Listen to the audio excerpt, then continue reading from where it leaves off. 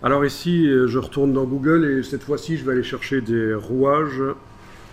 Je me souviens plus comment on appelle ça en anglais. Hmm. Bon, ben, en français, il y en a. Bien.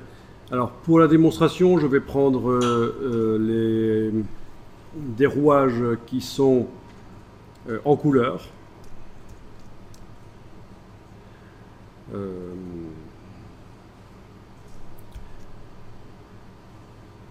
c'est quand même bien que je vois. On va voir si avec COG ça marche. Ouais, ça marche. Bon, des rouages, bien. Ah bah tiens, il y en a qui sont pas mal ici. Ceux qui sont en vert là. Ouh. Ouais, ouais, c'est bien. Peu importe, prenez une version en couleur.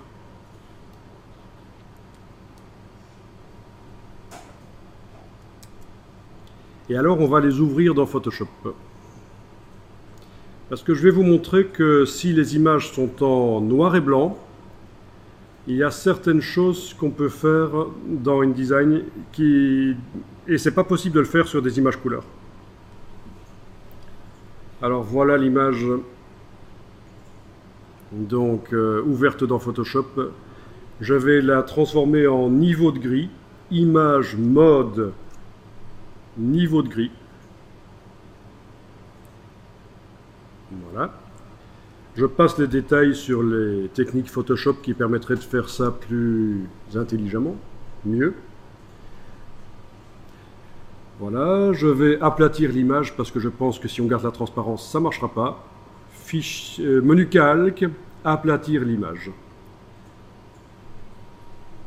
Donc c'est image mode niveau de gris, puis menu calque, aplatir l'image. Donc le menu calque en haut de l'écran, là, aplatir l'image. Je vais enregistrer ça au format Photoshop. Aplatir l'image, c'est dans quoi?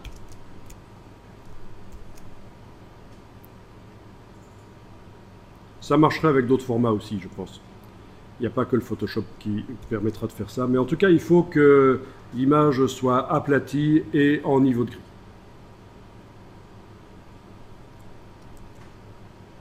Voilà, je vais dans InDesign.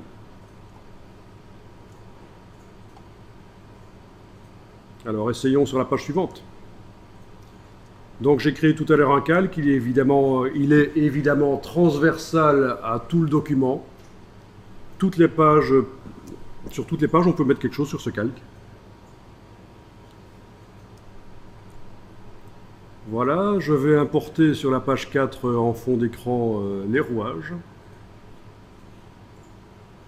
PSD. Les voilà.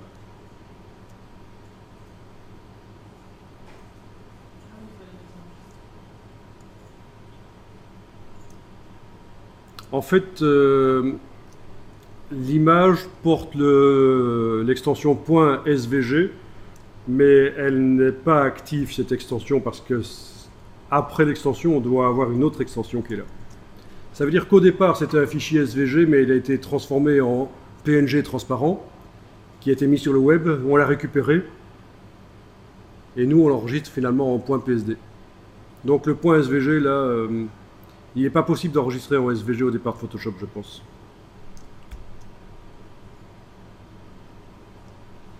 Donc votre problème, c'est que Windows n'est pas réglé visiblement chez vous pour montrer les extensions de fichiers. Et ça, c'est ennuyeux. Quand on veut faire du travail pro, on demande au gestionnaire de fichiers de montrer en permanence les extensions de fichiers.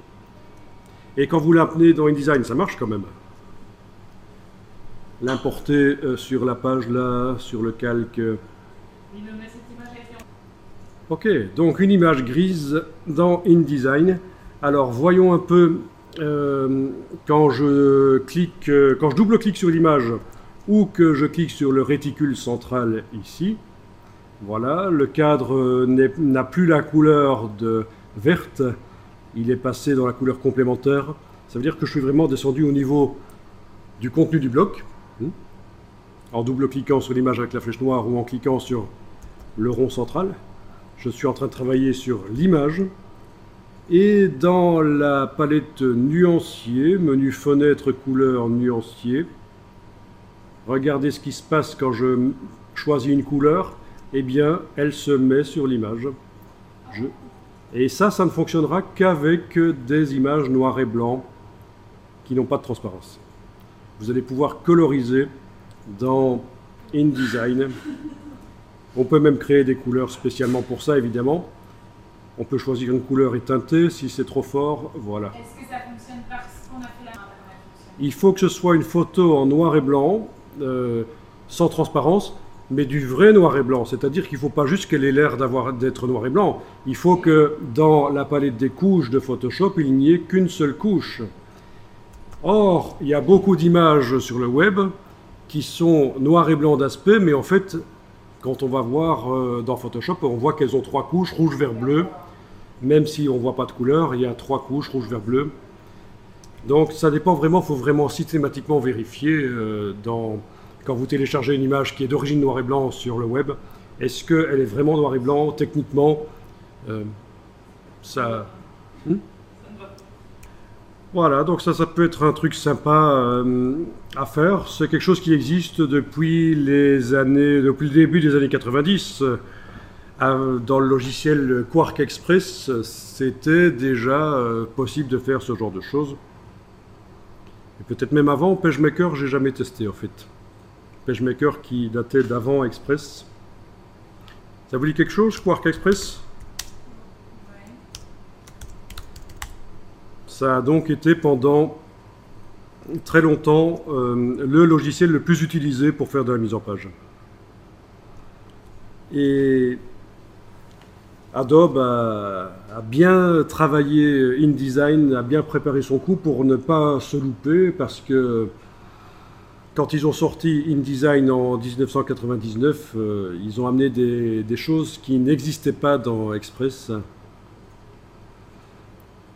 Et au bout de 3-4 ans, InDesign a pris le dessus sur Express et a été plus utilisé. Il faut dire que la politique clientèle de Quark était très mauvaise au niveau relation client et ça n'a pas aidé pour pérenniser leurs produits.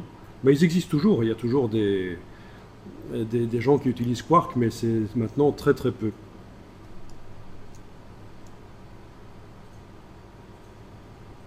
Ok.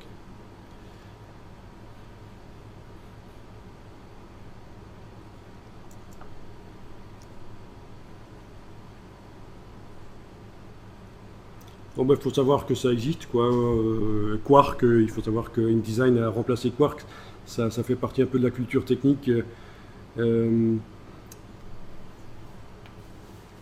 Savoir un peu certaines choses.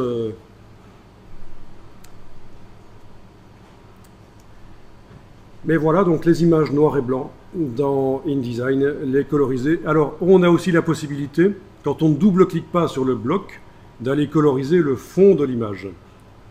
Ça, vous avez sans doute remarqué que actuellement, là, c'est le bloc, c'est pas le contenu. Je n'ai pas cliqué sur le rond central. Il n'y a pas de couleur. Je vais pouvoir aller mettre une couleur. Voilà. Alors. J'ai une petite question. Ok. Donc voilà, par exemple, un fond jaune avec les rouages qui, eux, sont en bleu. Comme ça. Je vais remonter un peu la teinte. Donc vous pouvez à la fois jouer sur la coloration des pixels de l'image et la coloration du fond du bloc si vous voulez, si ça vous plaît. Bien sûr, dans ce cas-là, je vais devoir peut-être agrandir un peu le bloc.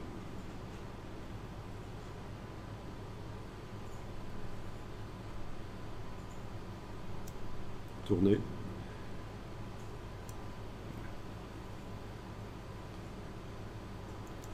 Voire même jouer sur la transparence. Après, c'est infini ce qu'on peut faire.